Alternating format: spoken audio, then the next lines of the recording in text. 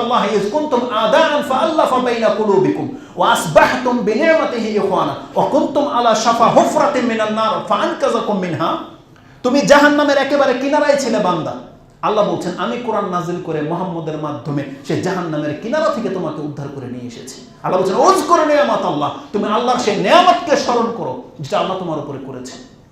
এটা হচ্ছে হিদায়াত। কিন্তু নয়, আমাদের কোনো হিদায়াতের কোনো নেই, ভূমিকাই নেই আমাদের মধ্যে। আমাদের মধ্যে যারা কিছু লোক আপনারা শুধু সালাত আদায় করেন, কিন্তু এই হিদায়াতের পথে আপনার সন্তানদেরকে, আপনার মেয়েদেরকে, আপনার স্ত্রীদেরকে আনতে হবে, এই নিয়ে আমাদের কোনো কারো মাথা ব্যথা নেই।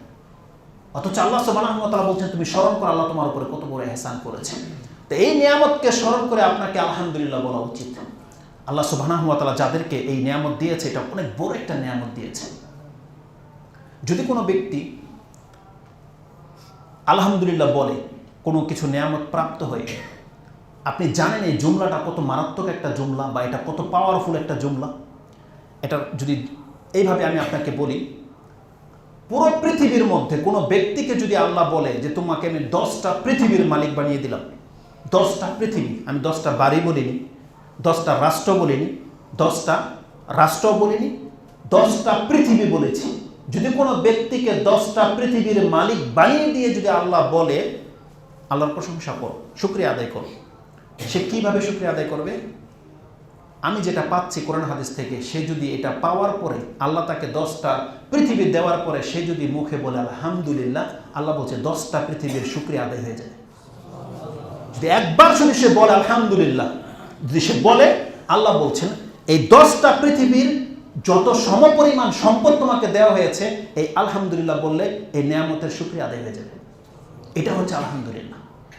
কারণ আল্লাহ সুবহানাহু ওয়া তাআলার যতগুলো নিয়ামত আছে, সবচেয়ে বড় নিয়ামত কি? হিদায়াত।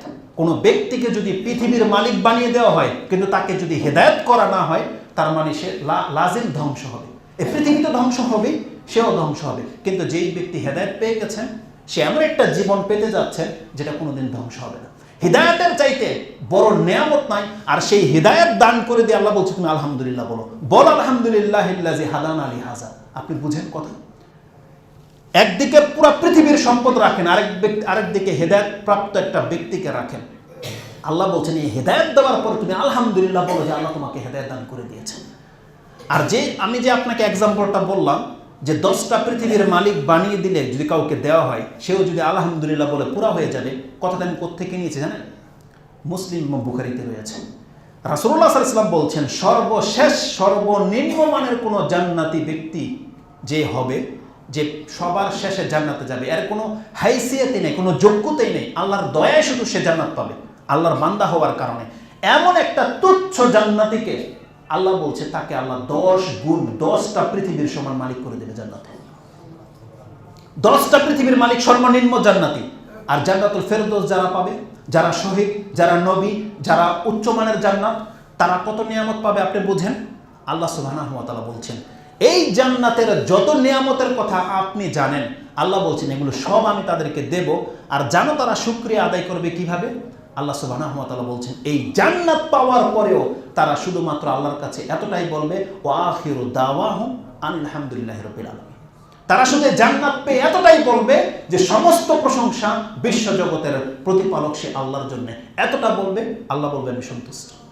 এই সমস্ত নিয়ামতের পুরা হয়ে যাবে শুধু একবার যদি সে আলহামদুলিল্লাহ বলে। আল্লাহ বলছেন জান্নাতে যাওয়ার পরে শুধু সে এতটাই বলবে, আল আখিরু দাওয়াহুম, সর্বশেষ তাদের জুমলা যেটা মুখ থেকে বেরোবে, তারা বলবে আলহামদুলিল্লাহি রাব্বিল আলামিন।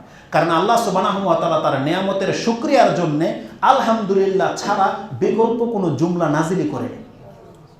একবার যদি আলহামদুলিল্লাহ বলে তার সমস্ত এই শুকরিয়া আদায় হয়ে যাবে। এজন্য আল্লাহ সুবহানাহু ওয়া তাআলার যত নিয়ামত আছে আপনি পেয়ে ওটা অন্তর থেকে আলহামদুলিল্লাহ বলার চেষ্টা